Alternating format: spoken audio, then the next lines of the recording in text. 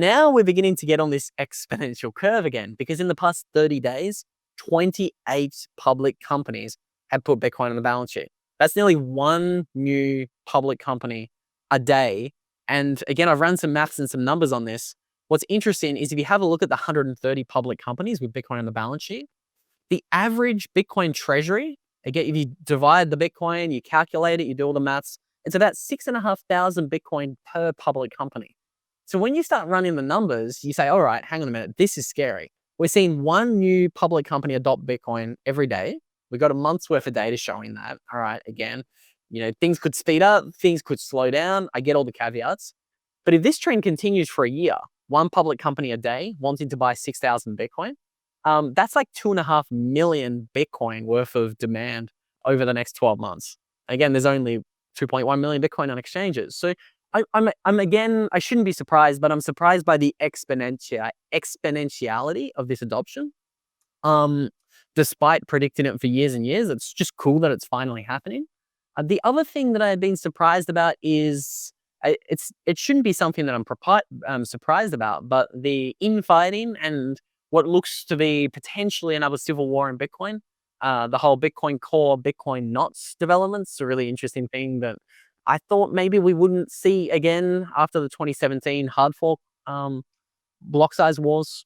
So that's interesting, and I'm watching that. Again, it's like a lot of people are like, oh, who cares about Bitcoin Knots? They only have 13% of the hash rate. Sorry. Only 13% of nodes are currently running the Knots client. But I think what a lot of people is missing is, again, it's the exponentiality of that trend. The number of nodes running Knots has gone from from 2% to 13% in like 8 weeks. So it's a lot of the core developers and the core maximalists are saying, forget about Knots. It's only 13%, but it's the exponential change from 2 to 13. Like, that's a lot. So I'm watching that. That's also surprised me. My brain's absolutely mush right now, but I'd be interested. Has anything surprised you this year, Paul? That was one of them, the knots and core issue. And at first I kind of thought, this is a lot to do about nothing. But now I'm not feeling that way as much. I'm feeling more like this could be building to another hard fork debate in the future. And I think the other thing that was surprising is, like you said, how fast things change. It was like I kind of equate it to the assassination attempt on Trump. As soon as that was unsuccessful, seemed like every major big tech player got on board with Team Trump, and the momentum shifted in such a big way. It almost felt like, conspiracy hat on, tinfoil, the whole deal, like planned, because all of a sudden everybody's a surfer and tan and eating meat and pro Bitcoin, like overnight, and pro Trump. And then we got the announcement, congratulations Bitcoiners, the SBR, and we're going to go all in on crypto and stable coins. And the pace at which this is changing almost feels like unnatural. So it like when you were saying about your conspiracy theory about the other cycle being suppressed for a reason, it kind of jived with what I'm feeling right now, that this feels like they're preparing for something far bigger than we could see in a normal adoptive cycle. It feels very manufactured to me. It doesn't feel like it's just, oh yay, we're into Bitcoin now and let's go. It feels like, behind the scenes there's a lot of people talking about this becoming the next new thing and the new monetary order.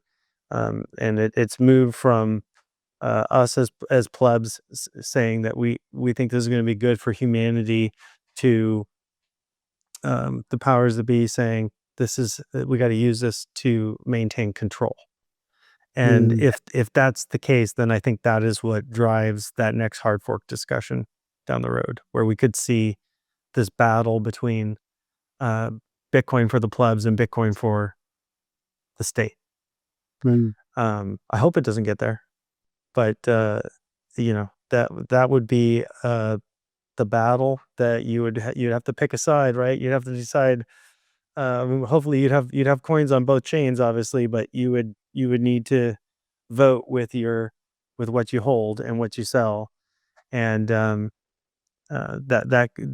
could be the deciding fate of Bitcoin being a state issued centralized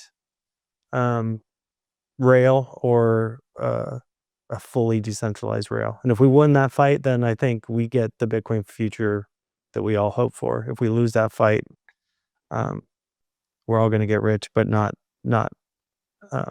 it's not going to be as good for humanity.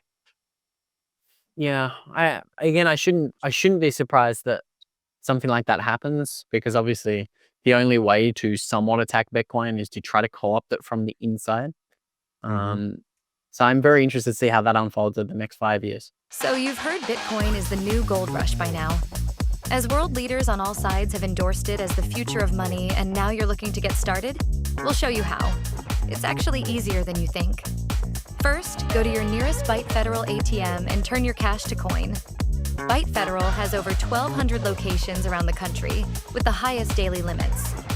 Go to our website, bytefederal.com, to find the nearest ATM to you. Log in to any wallet, then create an account, deposit your US cash, and instantly convert it to Bitcoin. That's it. We are the only US manufacturer and operator in the Bitcoin ATM industry, and our US-based live customer service is second to none. Go on, give it a whirl, and don't get left behind. Click the link below.